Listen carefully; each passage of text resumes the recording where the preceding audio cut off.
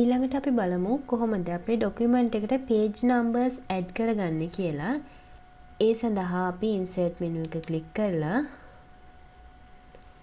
මේ header and footers කියන group එකේ තියෙනවා page number කියලා. මේ page number කියන එකට click කරාම page number එක අවශ්‍ය position එක මොකක්ද කියලා අපෙන් අහනවා.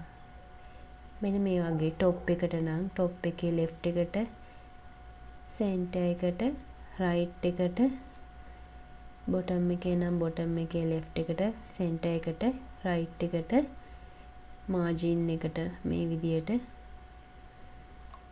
main අපිට අවශ්‍ය position එක තෝරලා ඒ මත click කරාම මේ විදියට page number එක add වෙනවා. ඒක footer එකට තමයි එන්නේ.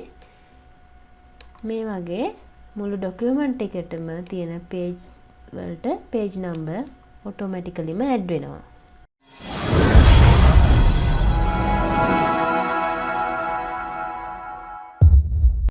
ඊළඟට මම මේ document එකක් හදලා තියෙනවා. මේ document එකේ තියෙන මෙන්න මෙතන good morning කියලා text එකක්. ඒ text එක සාමාන්‍ය text එකකට වැඩිය වෙනස්.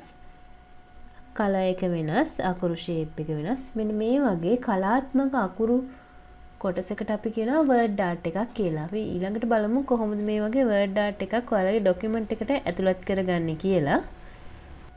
word art එකක් document එකට ඇතුළත් කරගන්න නම් insert menu එක click කරලා insert menu එකේ මෙන්න මේ text කියන කොටස තියෙනවා word art කියලා.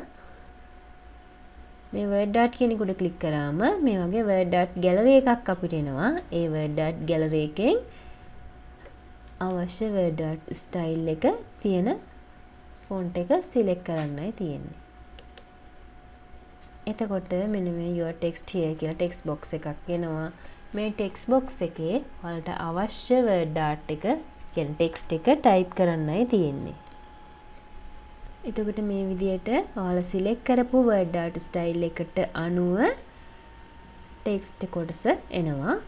මේ text එක තවදුරටත් වෙනස්කම් කරන්න පුළුවන්. මෙතන මේ word art එක මත click කරාම මේ විදියට word art එක වටේ notes add වෙලා තියෙනවා select වෙලා.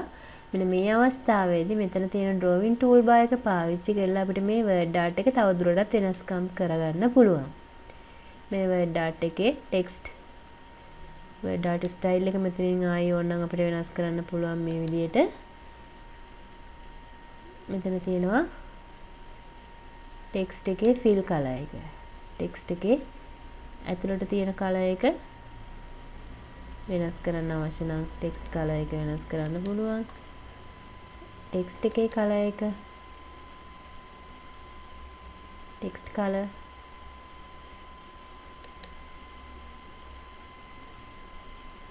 ඒ වගේම මෙන්න මේ වගේ හැඩයක්. මේ text එක සාමාන්‍ය text එකට වැඩිය අකුරු ටික වෙනස් වෙලා පේනවා. ඒ වගේ text එකට effect එකක් දෙන්න පුළුවන්. මෙන්න මෙතන තියෙනවා text effect.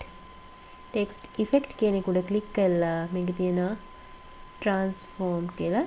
මේකෙන් ඔයාලට කැමති text effect එකක් select කරන්නත් පුළුවන්. මේ වගේ text effect මේ වගේ glow එකක් අවශ්‍ය නම් අකුරු ටිකට මෙහි වගේ මෙතන තියෙනවා text effect වල එක එක අවස්ථා shadow